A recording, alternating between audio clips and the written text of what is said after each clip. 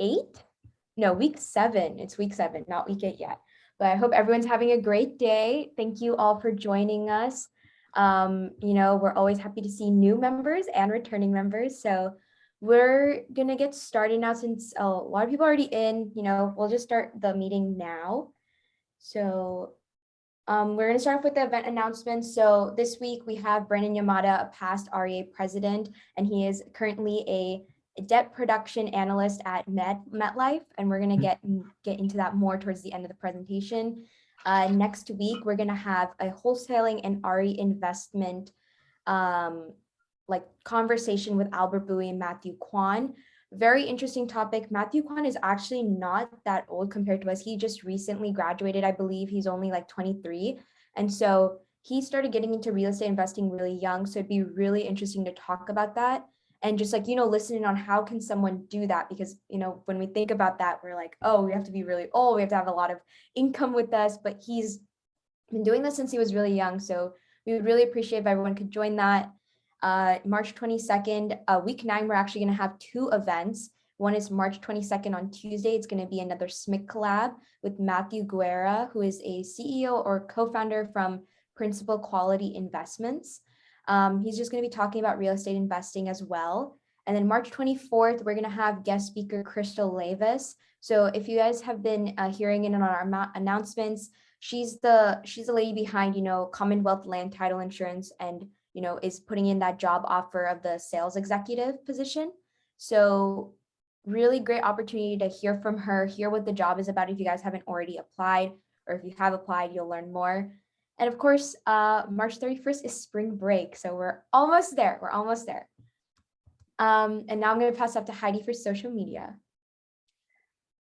Everyone. So if you haven't already, please follow us on all of our social media platforms. You can take a picture of our Linktree QR code, or Martin will put a link in the chat and it will take you to all of our other links for Instagram, Slack, YouTube, where we post all of our general meeting videos.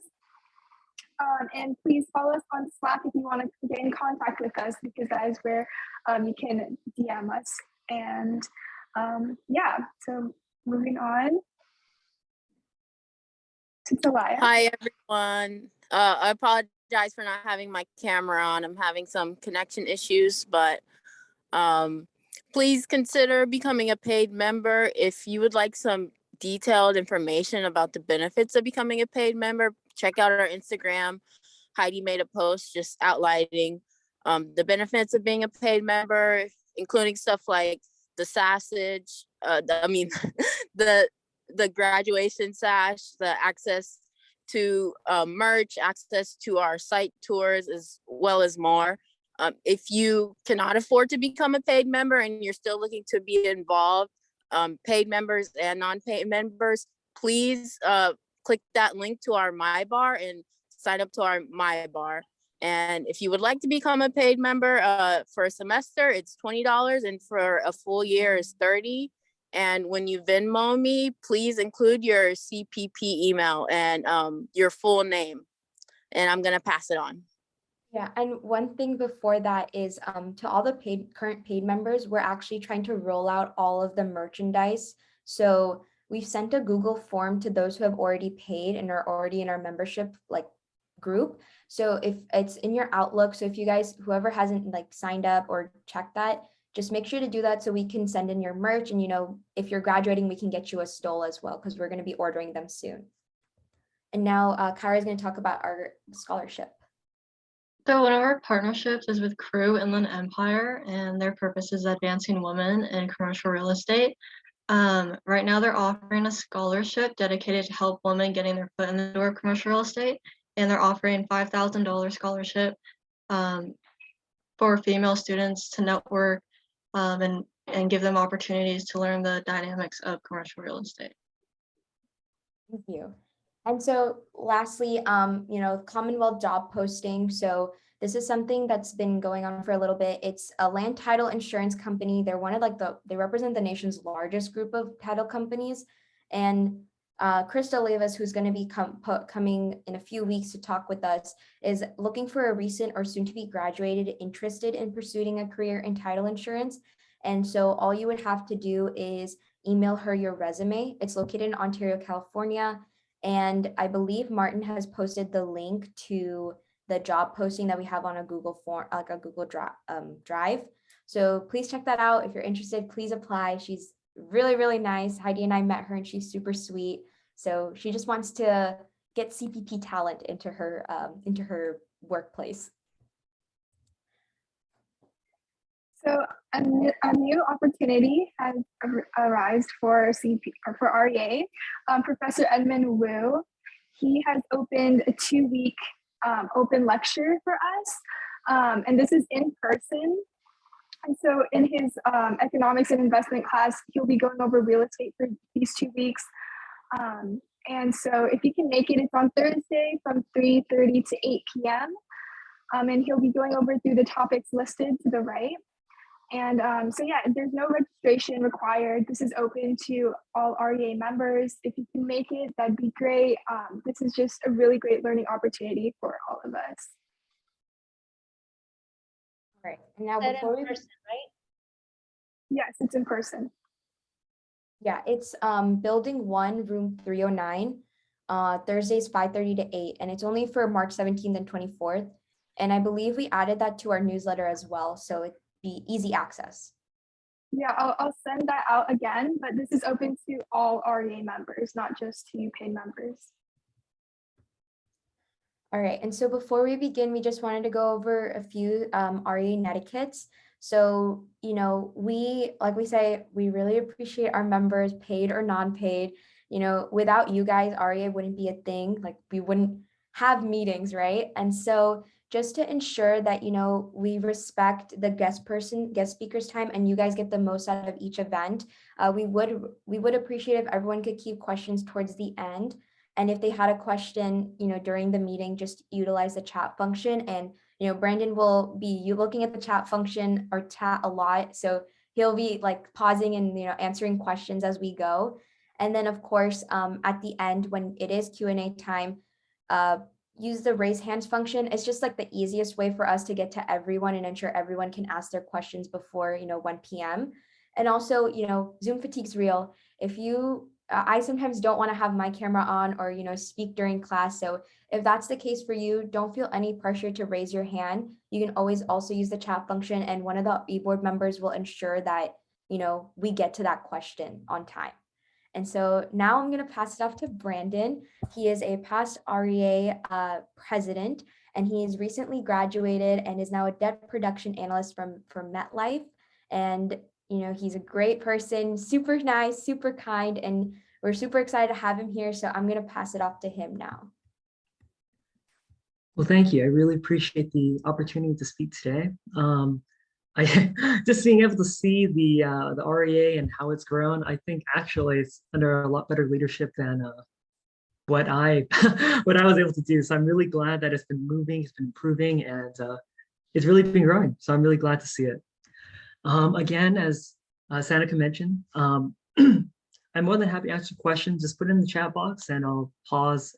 I just want to make sure to bring as much resources as possible for you. I just want to bring my experience of graduating during COVID, not really having a full-time position for a year out, and now moving from not only one, but to another company, MetLife. So I'll explain that real quickly, but I want to make sure to provide as many resources as possible so you can better prepare yourself, orient yourself to find a position in commercial real estate. But I guess starting off, who am I? I'm Brandon. I am a Cal Poly alum, FRL, the former president of the Real Estate Association, and I've had a lot of real estate experience, but coming to Poly Pomona, I had the major that I was interested in, FRL. And I kind of got into that because my parents were both in real estate. My mom's a residential appraiser. My dad works for LA County Assessor's Office. So a lot of valuation was spoken across the dinner table. So at first I thought it was really annoying that they would always talk about work, but over time it made a lot more sense. And I thought it would be something I'd really enjoy. Let me see. So now, let me see. So I was the president I started being the scheduler in my sophomore year, became the president junior and senior year because everyone ended up graduating. So had to pull up, just needed to get promoted very quickly into learning how to run the club and what to do. And during my time at Cal Poly, I had 2 internships, one with Matt Moore or Moore Real Estate Group, Matt and Jen Moore. Really terrific people. I'm not sure if the RE has invited them this year or the past semester, but I'm definitely very much grateful for that opportunity to work with them. And they're always open to talking with Cal Poly Pomona students. So as long as you find some time, because they have very busy schedules as developers, but I'm sure they want to talk to you. And second, I worked for Caruso. And if you don't know who Rick Caruso is, right now he's running for LA mayor, but his company, Caruso Affiliated, owns the Grove, the Americana, the Rosewood Miramar Resort in Montecito, so near Santa Barbara. 3 definitely places I would recommend to visit anytime you're visiting Santa Barbara or just being in LA.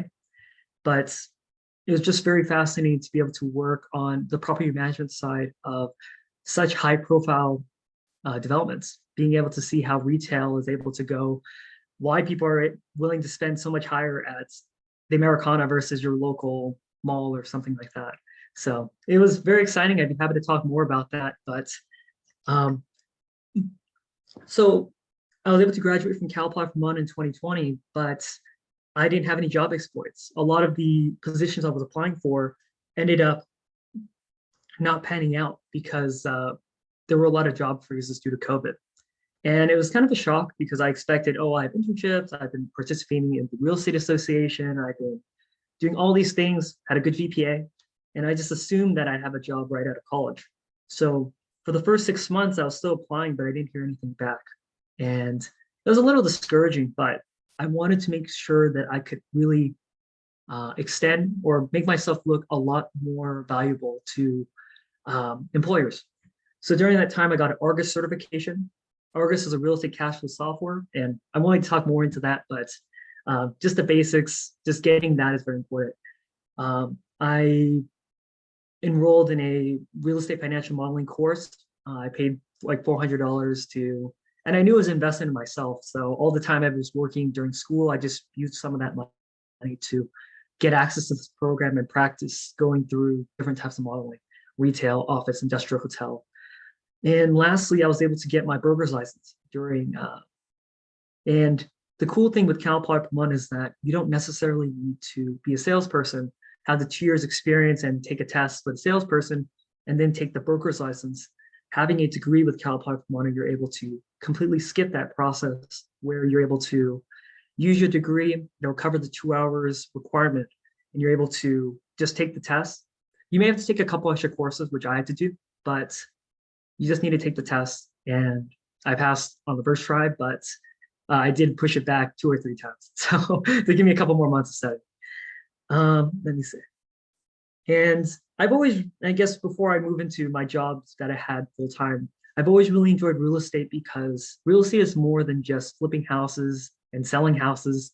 It really affects everything. And regardless if you work on the debt side, the equity side, development side, I don't know, working for the city, working for the county, everything affects you, your office, your house, your hotel you're staying at. So it's just very fascinating. You have the ability to impact people's lives. So I've always really enjoyed that portion of real estate, and that's kind of what got me into it.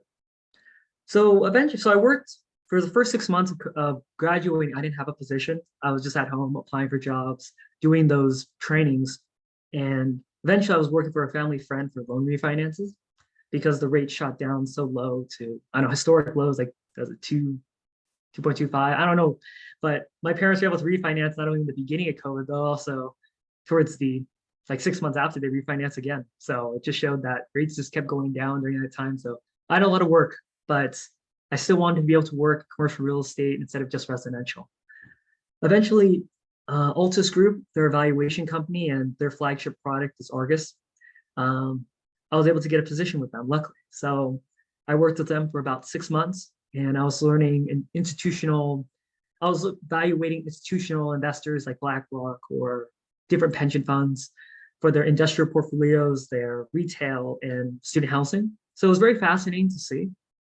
But MetLife at some point tapped me on the shoulder and asked, do you want to use all that underwriting experience that you have, but also be on the origination side, finding these deals to source out funds from, or to utilize capital or be able to lend out on, and also being able to manage it as well. So I thought it over, and it did help that they offered a little bit of pay bump. So I ended up switching to MetLife, and I've been with them for 2 months. And I really enjoy the position. It's been quite a bit of work on, what's it called? Quite a bit of work to get to this point, and a lot of luck and a lot of resources which I had to utilize to get to this position. And I'll kind of move into that now. I'll take out the personal side, but it took a very long time to get there. Actually, I feel the job market's a lot stronger now than when it was when I first graduated. I feel that, in fact, a lot of companies are tapping people on the shoulder and asking them if they just want to switch, if they don't like the conditions, if they don't want to go in the office, or different things, if they have problems with where they're at now and they can move somewhere else. It seems like they're tapping people on the shoulder and people are moving. So, and I guess I'm one of the people who kind of was part of that. But I wouldn't be too worried as of now, but I think one of the issues is most of these companies, and not to downplay Cal Poly, because Cal Poly is, I still think Cal Poly is a very strong school, but most of the time, if you're looking to get a job in LA in commercial real estate, they're looking at UCLA, looking at USC. I think that was one of the things which took me out of a lot of considerations. Even though I had a very strong internships, I was very involved. I was part of the ULI, I was part of Appraisal Institute, doing a lot of different things to get my face in front of people.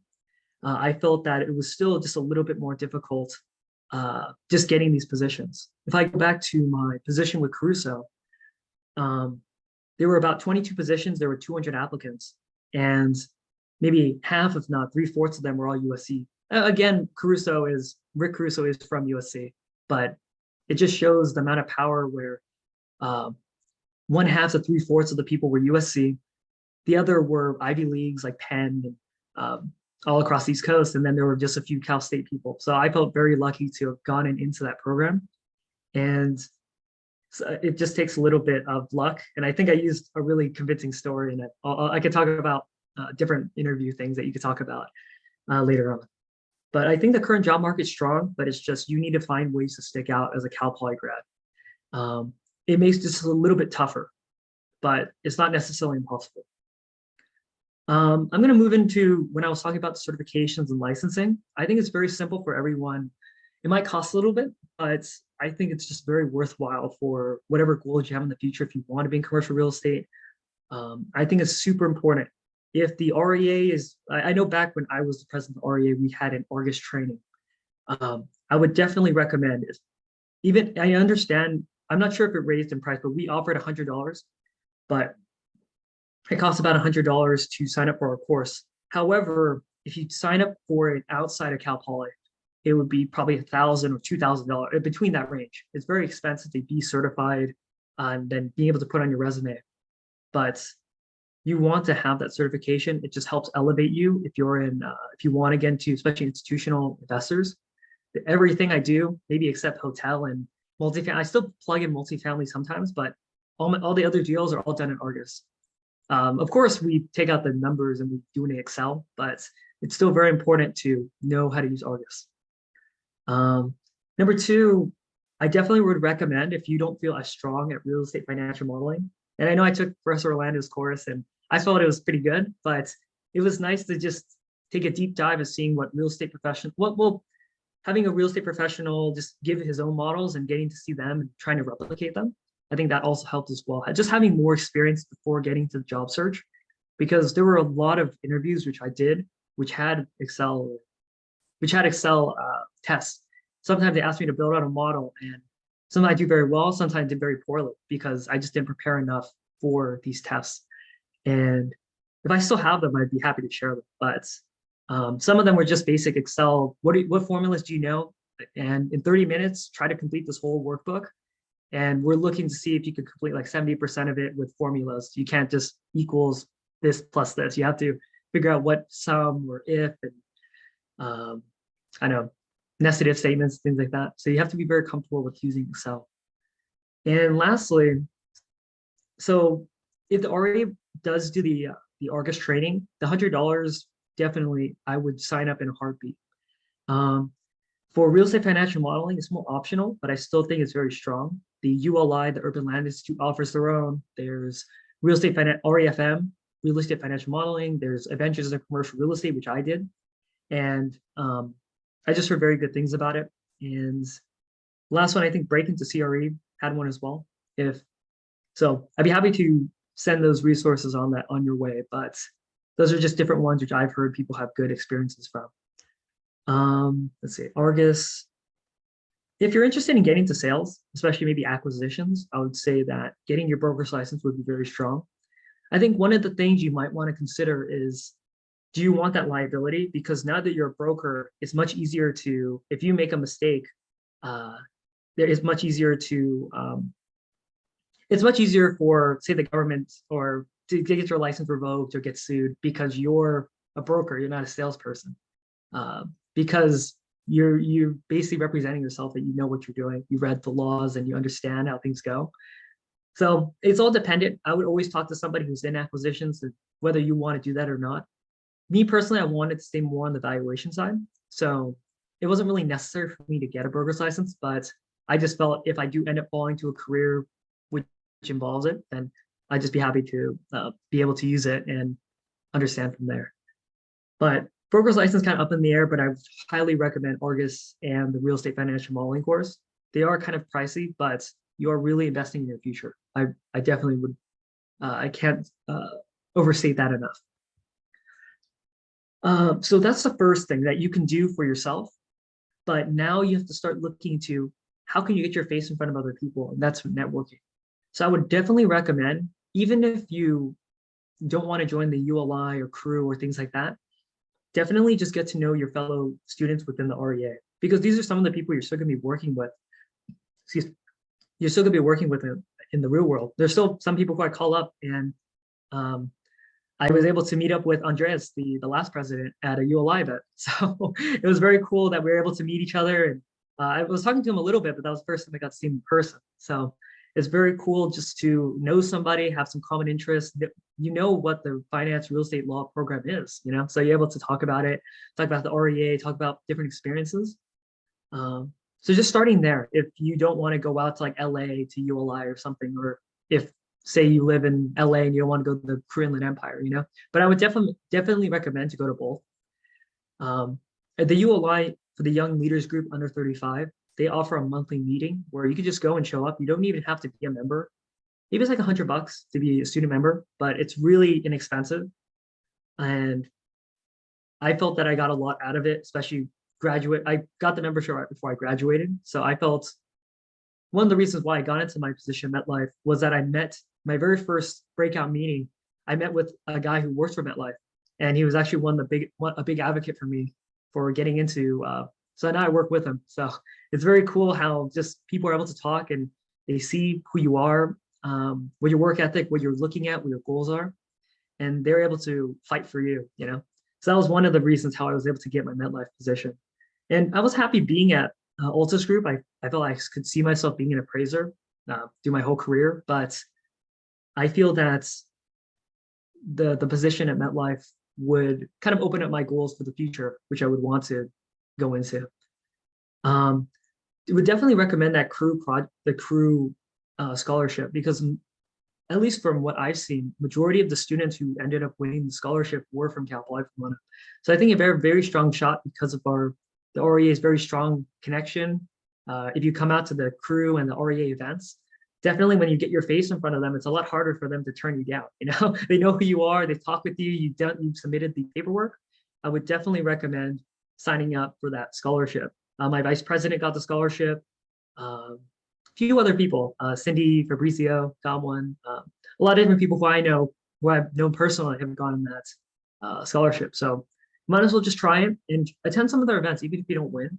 I think just meeting with those women, and there's some men there as well, they're very welcoming. They want to talk and just help you with progressing with your career. With ULI, definitely if you want to have a job, and especially institutional, maybe even small firms, but institutional firms, you're always going to find everyone there at the ULI. Unfortunately, a lot of their events are in downtown LA, and CPP is a little distance from getting to these events. But getting yourself in front of people, even if you're nervous, and I get extremely nervous when I'm around new people. I think everyone has that. You just need to go up and just say, hello, I'm Brandon, or I'm a student at Cal Poly, and I just wanted to learn more about real estate, and that's why I'm here tonight. And being able to just take that first step into talking to these professionals, they're willing to expend as much information because they're there to help you, especially the older professionals who've been in it for 20, 30, 40 years in commercial real estate. They want to help and teach you because also they might want to find talent as well. So they come here not only to socialize, to just meet with their own network, but also meet new people. And maybe they might even see if they want to hire you or you want to get coffee or something. There's been a lot of things which I've been able to do with the ULI, which it'll just open really great opportunities and open doors. So we definitely recommend going in person or even attending the online Zoom meetings, at least getting yourself out there and just prepare a 1-minute elevator speech. Hi, I'm Brandon. I'm a student at Cal Poly Pomona. I'm pursuing a real estate degree. I've had internship experience, or I'm part of the real estate association and I was told to come here. So I just wanted to learn more, and I'm just curious what you do, and you could build more of a background for yourself. If it makes it too difficult for you to get to places, say the ULI or Crew, I would definitely say LinkedIn. There have been some people who I've reached out from Cal Poly, and I just asked them, hi, I'm a student from Cal Poly Pomona. I just wanted to learn a little bit more about what you do, because I've met with some people who worked in real estate for companies like Pan Express or trying to think of other different things, but I've reached out and they were kind enough to just take some time for a call. And maybe it might be hard to continue that relationship, but I would definitely recommend just kind of building out and asking things that you're interested in. If you see a developer that's developing something next to your house or something, maybe if he's on LinkedIn, you could just mention, hey, I noticed that your company is developing right next to my house, and I'm just curious. I'd love to ask a little bit more about the project. And I'm sure they want to talk about it. They may not have a lot of time, but because you have to remember these professionals, their time's worth a lot more than your time, so you have to make sure to really say, well, I'm only available after 5, and I only have 15 minutes, and then I'm heading home. But you just take that 15, prepare questions, and utilize that time, and you never know when it might help you in the future. And I guess lastly, the two things I talked about, certifications and licenses. There are other ones you can get, but those are 3 that I've gotten. And if you're interested in property management, you might want to go to IREM or appraisal. If you're interested in being an appraiser, you go to Appraisal Institute. There's all these different groups you can join. Brokerage, there's SIOR. So it's on the tip of my tongue, but I can't remember. But there's a lot of different things, and I'd be happy to tell you about the different resources. If you know what you want to do or you have a general idea, I'd be happy to guide you in the right direction on what organizations or what people I can have you talk to. There are also a lot of important resources, and I'll try to make them pretty quick. But again, knowing Argus is important, so I would definitely recommend if the REA does offer it, you should sign up. If not, you may just be worth needing to sign up on your own, and it does cost a little bit, but it will help you in the future. There have a lot of YouTube resources for different types of people for financial modeling, so I can obviously send that out to you guys. A lot of them are like Adventures in Commercial Real Estate, or a lot of them, even though you pay for the program, they have a lot of free templates, and you can watch them build out a model by themselves. I just felt having kind of the in-depth teaching and having them explain line by line helps me a lot more than just knowing just how the mechanics of the model worked. Definitely would recommend Adventures in Commercial Real Estate. Definitely would recommend, and I've typed all these things up so I can send it to the real estate board so they could send it to you guys, whoever's interested. One of the biggest things I would say is just knowing the Wall Street Journal, like being able to sign up for $4 a month, $4 a month. That's less than Netflix subscription, less than Spotify, and just as a student member, because even to this day, I signed up probably when I was in my sophomore year. I still pay $4 a month, and it's been probably 4 or 5 years. So when they hike it up, then I'm just gonna talk to them. I'm just ask my brother to sign up for me, and I'll do she says. But I would definitely recommend signing up for just understanding at least the front page of what's happening, because a lot of those things will affect like real estate or finance in general. Um, Other things which help me prepare for different interviews were especially like Glassdoor, Wall Street Oasis. A lot of them had questions or had kind of the timelines of how, oh, like this is when you should expect to, uh, you should sign up for the job, or when they approximately when they post, and this is what happened the first interview, this is what happened the second interview. I would definitely just try to practice that and understand and look at what companies you're interested in, because even though you work for a real estate company, there's so many different risk tolerance. You might be working for a development company, you might be working for just a company that owns multifamily real estate. You might be working for a company like MetLife, where they're trying to mitigate as much risk so they can return money back to their policyholders. So you never know where, you just need to understand how life insurance companies work, how value add versus development versus all these other different, how all the companies work. And then maybe understanding where you want to be within the spectrum of real estate.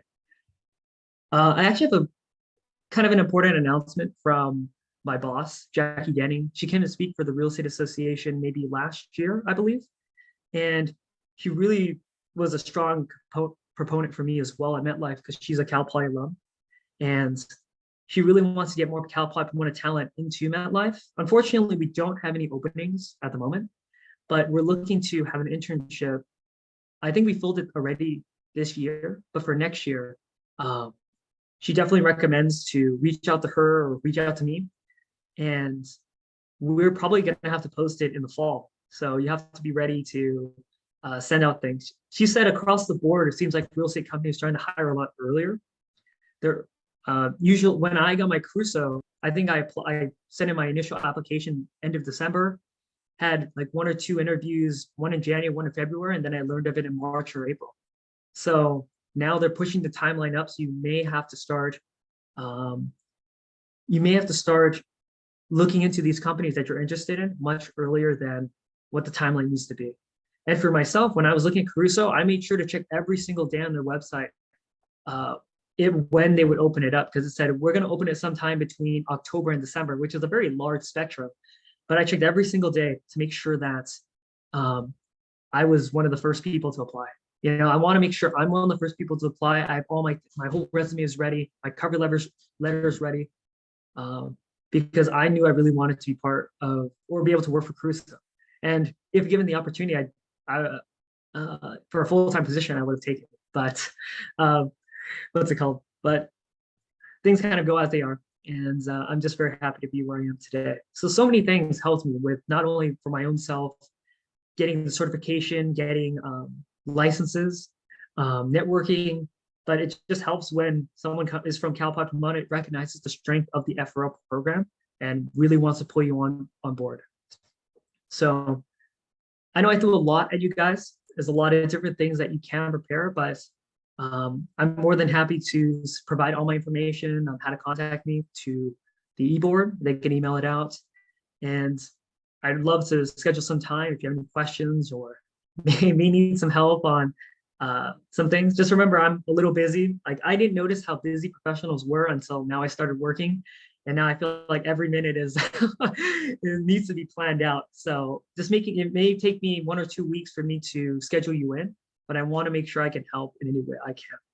So I think that's it for my presentation. I'm happy to take questions now. But again, I really appreciate being able to speak today. Thank you so much, Brandon. That was a lot of insightful information. And, you know, I think it's great to hear from a past alum about how his experience went in the job market.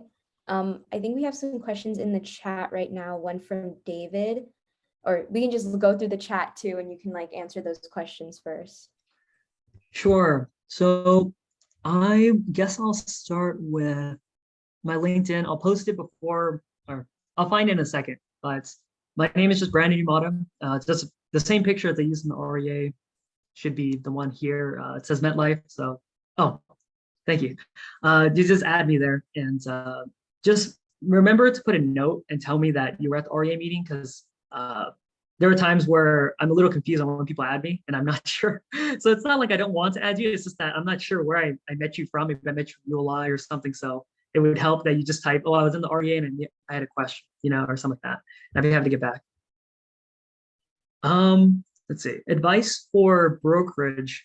I guess it really depends on what you're looking for.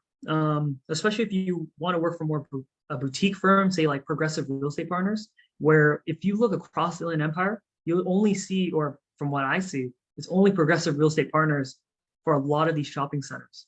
So if you want to work for somebody and just be within one area, like a small area like Inland, well, not small, but just be the localized knowledge of just knowing just Inland Empire retail, definitely should look into like Progressive Real Estate Partners, or if I could probably provide you other lists as well.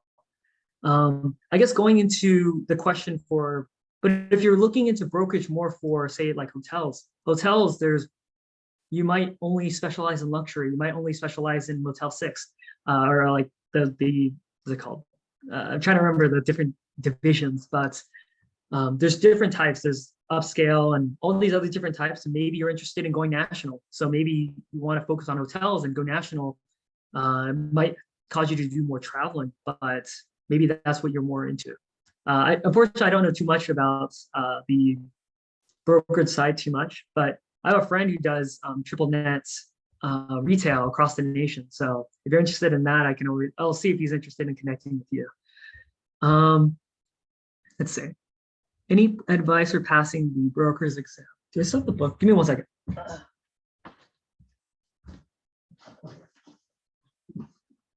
So what I did was I ended up making sure I had the right classes were all done.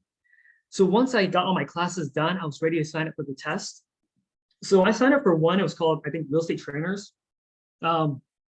Some real estate brokers who I've spoken to, like Greg Bedell at Progressive Real Estate Partners. I think Chris Johnson mentioned he took the course. I definitely would say it was helpful. Most of the time you go in person and you, what's it called? You go in person and you take the test, or no, you do the classes for a whole day for like 6 hours or maybe like 12 hours. It was a really long class, but we did it through Zoom, and I thought that it was pretty helpful, but I felt it was really easy to forget things. So I would just continue they give you 2 books. There's a couple $100, I'd say, but there's all these tests that I just kept doing over and over and over and over until I fully understood what I was taking for. So I think the brokerage test, it's 75% for the whole thing. I think there was 200 questions. So you just need to make sure you get 75% of them right. I just went through and I just made sure if I didn't know the answer, I just skip it and just keep moving and see what the minimum amount I need to get. The minimum that I knew were correct, and then kind of go from which ones I was a little shaky about. But would definitely recommend them. There probably are other ones as well, but I use the Real Estate Trainers, and if we're in a meeting in person or something, I can show you what it looks like. Let's see. FHA loans. I wish I knew a little bit more. I'd like to do that eventually with my own real estate investing, but I just know it's 3% down, and you might have a PMI. You might have mortgage insurance, private mortgage insurance. So even though you have a much lower down payment, you're able to, what's it called? You have a much lower down payment, but you have a much higher monthly payment. So it makes it a little bit tough until you get to that 20% mark. I think I can't really say too much, but maybe to guide you in the right direction, there's the Let's Grow Create Wealth. I was part of an organization helping with people getting started in real estate. It's headed by Pam Scamardo, and she's came and spoken for the Real Estate Association. So I would definitely recommend. I'll make sure to put that into the resource list that I send to the e-board of the REA. But she would probably be a much better person to answer that question than me. I think you might have raised your hand, Lawrence. So I'd be happy to take your question. Yeah, I actually have a question. So even though me, I'm pursuing brokerage over at Sierra commercial real estates, but there's a question because earlier you you said break into CRE, which is something that I actually working on. I Great. actually buy some of the courses, and I thought it was really cool. Did you use break in CRE or? I use adventures in commercial real estate. So I just heard more people who use it. So I ended up using the ACRE program. I think the ULI was just a little bit more expensive, but that's ULI, that's the group, so they could charge a little Yeah. bit more because of that. But I'd still say it's great for you to get into that. Um, I, if you're looking to get into commercial real estate, I probably have more resources or more people that you could talk to if you're interested in that than say residential. I don't know too many residential, but I just let me know, just feel free to message me. I'm more than happy Yeah. to help you with any. Is that the only question you had, or? That, and then also I wanted to ask you, like, so there's what I know is there's August, and there's, like, because when you apply for like an analyst job or something like Mhm. that, eventually they gonna have like an Excel test Mhm. for you, right? So what do they usually test you on? Like, I don't know if it's okay for me to Yeah. ask, but No. I would ask, but they were pretty vague about it. They would just say, "Oh, we want you to build a model off of something," and we'll give you is it really? the Wow. sometimes, like, they were pretty vague. I'll look through my emails and I could send you what they sent me, and they were just like, "Yeah, we're gonna have an Excel test, and we just want to see where Excel skills are." It was Yeah. pretty vague, so I didn't really know how to prepare. That's why I felt I needed the coursework of ACRE just so to remind myself of what I was doing, because going through Argus and financial modeling and brokerage, all three at the same time, it's very easy to like forget how to do some things because you're not focusing. So that's why I took the financial modeling course. Yeah. Let me look through my old email, and see Yeah. what I was sent before, and maybe I can help them include that. Because some of them were just asking me, can you please do as much as you can? We want to see if you can get 70% of the formulas correct. But they would give me like 20 tabs, and I would have to just do as many formulas as I could to Wow. add whatever the data was, VLOOKUP or index match or something like that. So that was like one of them I remember, and I did pretty well. But other ones where I just forgot, I think I overcomplicated things and I made a really advanced model when it really should have been super simple. So I made a mistake there, and they were like, "Oh, that's not what we were looking for," and like this is. I was like, "Oh shoot," So it really depends on what you're looking at. So I can't, unfortunately, I wish I could give a better answer, No, I'm but sorry. maybe That we that could was talk that was later a on weird about that. question. My bad.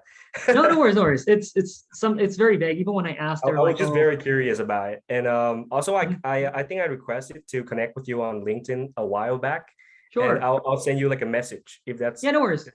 That's good. Yeah, it helps because sometimes I can't remember whether I met you at a ULI event or something. So I'll make sure to add you.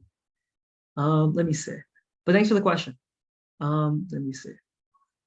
How did you pitch yourself when competing with the? Okay. So I think maybe one of the things which helped Serena was when I wanted to work for Caruso, I had a really strong story for them. I've always lived in Arcadia for most of my life. So knowing that Caruso wanted to build in Arcadia really helped. And I was able to talk about a lot of the plans that went into it. I really incorporated it. Why are you interested in working for Caruso? And I mentioned, oh, I've been to the Grove and the Americana so many times, but one of the things I really wish that Caruso was able to do was build in Arcadia. That's where I live, and my parents used to talk about the project a lot and would show me some of the designs. And I think they were involved in some of the um, meetings that they had with the community. So they would bring them out to the Grove and they serve them lunch. So my parents said it was very interesting to be able to listen in to what's. So I just kind of based a really strong story on that.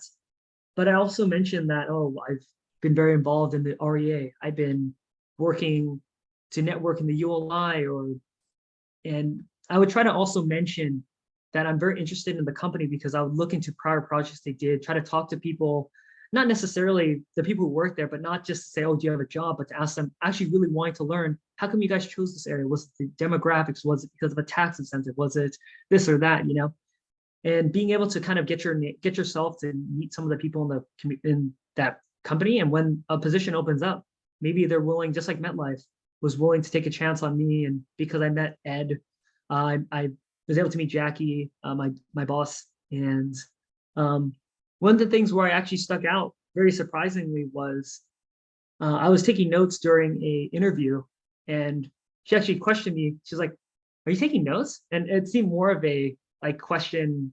I felt I was a little like not attacked, but I was kind of taken off guard during the interview. And I said, "Yes, I just really want to make sure I understand what you're asking, but also if I don't miss anything whenever I state something to you." And she said, "Oh wow, that's actually something I look for in people. Taking notes during." And a lot of the time the notes help when I have to remember what we talked about just to send the thank email, but just to make sure that this notes for me that I knew what I talked about, I didn't miss anything. And number two, that I showed that I'm listening. I usually start off and I ask, can I take notes before, just to show that I'm not like looking down and looking at my phone or something. So that's how I was able to kind of stick out, but it really helps having those personal connections with the networking.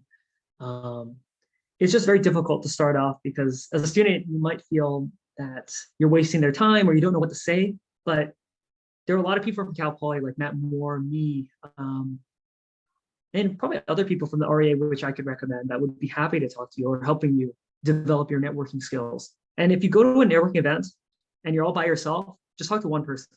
That's all you have to do for the whole night. Just tell yourself, talk to one person, one new person. And the next time, do a second person, do two people, do three people, and then kind of build from there. You'd be a lot more comfortable. So I think that's how I was able to pitch myself differently.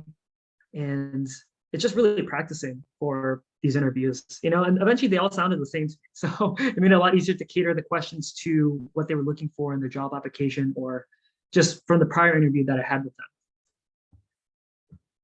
Let's say. Would you recommend students to get their CFA after they graduate? I've asked that question to a lot of real estate professionals. It really depends on what you're interested in going into. I'd say it's not necessary for the role that I have. I know some people do have it, but I would say it's not necessary. If you can, I think it doesn't hurt, but it just is probably not the most applicable to some other position, especially if you're going like property management or something. But maybe if you're going to maybe like portfolio management or something, it might be helpful to have like a CFA. But for me, I was told it's probably better to just get a master's on MRED and just make sure you are just strong with Excel and have an Argus certification. And that's kind of what I went with. So Marvin, I noticed you have your hand up. Yes, thanks for coming in, Brandon. Of course. You've been really insightful. Just a quick question. I know you mentioned a lot of resources, organizations out there to get involved in, even networking events. Is there like a method you use to sort of find these? Because I know there's so many out there, and I know I feel a bit overwhelmed at times trying to, find them or decide which one to go to. I think as a student, it's probably just best to go to as many as even if you're not like you just kind of learned of this group. I'm not stating that every group is great to go to, but sometimes you might know a professional that's going, or you know somebody who might be going, just go with them. It doesn't hurt. It's just your time that you need to invest. But I could send you kind of the big ones like Appraisal Institute if you're looking to be an appraiser, if you're looking into getting into property management. There's brokerage ones. I'm not sure whether or not I haven't really talked to my boss about because they go to a convention for like debt originators, but I haven't had the chance to ask about that. But I'll make sure to send those resources over. Trying to think of anything else.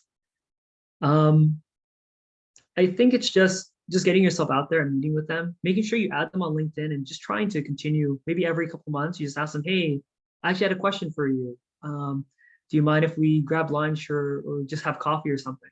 And I'm willing to drive out to you, so you don't have to take any extra time out of your day, just so it makes it a lot easier for them. Because for me, when I was a student, I always just took the idea of my time is not worth as much as theirs. But I just want to make sure that if I can learn something from them and they want to teach me, I'm more than happy to do whatever it takes to go and talk to them.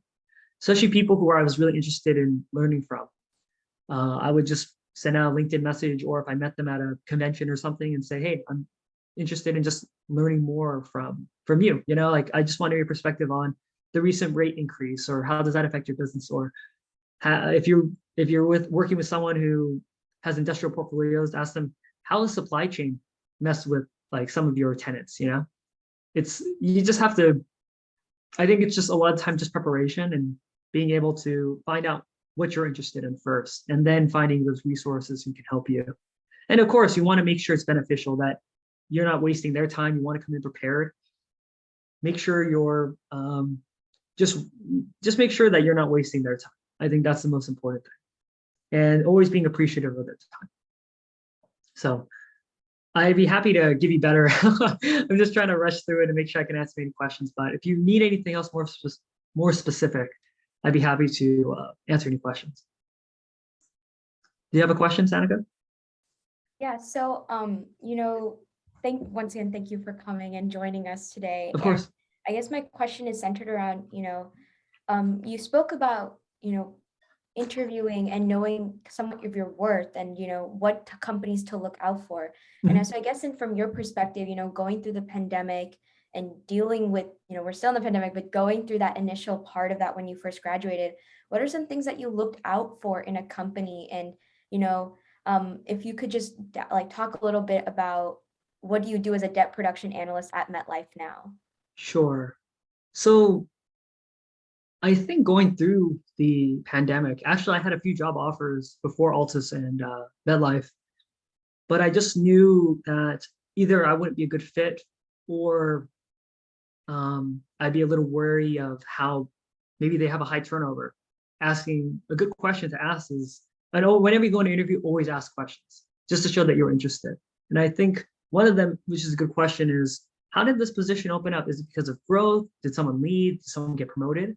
It really opens it up if someone leaves, I think, or if multiple people end up leaving and they're hiring for multiple positions. It might show either it might be a very stressful work environment or something. But there were other jobs where I was going to work as, like, say, a credit analyst for a bank, but I just knew that I was more interested in working for a real estate company instead of a bank.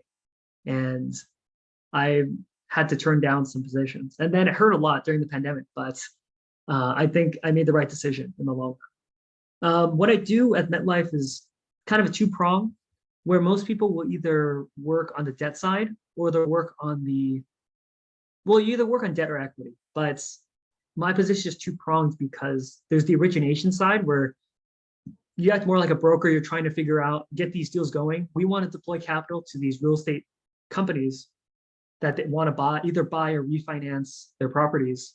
But I also work on the second end of being with the loan managers. Once we loan out the money, we need to make sure we get the money back. So we need to keep doing constant reevaluation, making sure that they're performing. If they start not performing, we have to read into the contract or the loan agreement, make sure that we get back to either good standing, or what are we going to do with either taking over the property or something. We haven't gotten to that point, but that's kind of just the idea of my job. It's very interesting because it's a hybrid, because most people will either focus on the production, or they're going to focus on loan management. So I get a really interesting, sometimes a little stressful, having to manage both sides and helping both sides out at the same time. But I feel like I'm learning a lot with not only finding deals, but also making sure that our portfolio is doing fine. So that's just a little bit more about what I do personally, but I've only been there for 2 months, so I'd be happy to elaborate more when I get past like the 6-month mark or something. But I hope I answered your question. Lauren, do you have another question? Yeah. Sorry for asking too much questions, but Not a that's problem. one just like 30-second, really fast is so I understand, because if you want to work at like an analyst or somewhere in finance, in commercial real estate, technical skills is extremely important, but there are certain things that I think that it's very important for students who want to go into commercial real estate to know is the mentality, and what kind of mindset do we need to have. I really want to hear from you, like what do you think is the best mindset, and how can we leverage our abilities on that? I think mindset is just trying to learn as much as you can and putting as much effort as you can, because you really want to learn as much as you can your first 2 years, I'd say, before you start getting to senior, to associates, or to different roles. You want to make sure you have a very strong fundamentals. So being able to ask for more work, like just being able to participate in things that you may not feel comfortable in, but having the mentality like that, being able to work hard, but also be able to be assisting. You have to be able to show to your team that you're helping. And I think that helps a lot. I think that's probably the mindset you want to take, at least for the first 2 years when you first start off.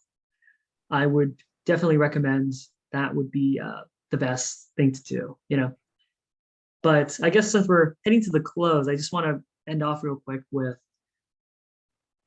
especially for any of these guest speakers, they're willing to come and speak to you. If they're willing to take the time to speak to you, just make sure to message them and try to find time to talk to them again, because they're more than happy to extend things that they've learned, mistakes that they've made. Because I've probably made plenty on my job search. What's it called? What they've learned, what they're interested in learning, what you can do to help them, what they can do to help you. There's so many different things where not only have I just talked real estate with these professionals, but also just about like other businesses that they do, or just what they do personally, and being able to just kind of build a small relationship from that. So I'm really grateful for not only the REA, but for the FRO program. All these things culminated together for me to get to this point. And I just want to share that there's just so much that there's so much that you can do to really stick out and find a position that you really want to do. Because I really enjoy what I do at MetLife. And I think it's just a lot of luck and a lot of hard work was put into it. So I'm just very thankful to speak today.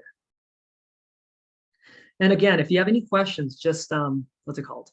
Please message me on LinkedIn, or I'll send out my email, and I'll probably give my phone number. I'll send my phone number after we do some email correspondence, or it'll be in my email. But just want to start with the email because a lot of time I miss calls and I just get a lot of spam calls. So it's not that I'm trying to ignore you. It's just I just want to make sure I'm ready for to pick up your call. So we'll email or we'll do LinkedIn for a little bit. Just please reach out and use me as if you've never done it before and networked with people before. Just use me as an example. I can help you and guide you, and then kind of move on from there. Because I'm more than happy to help.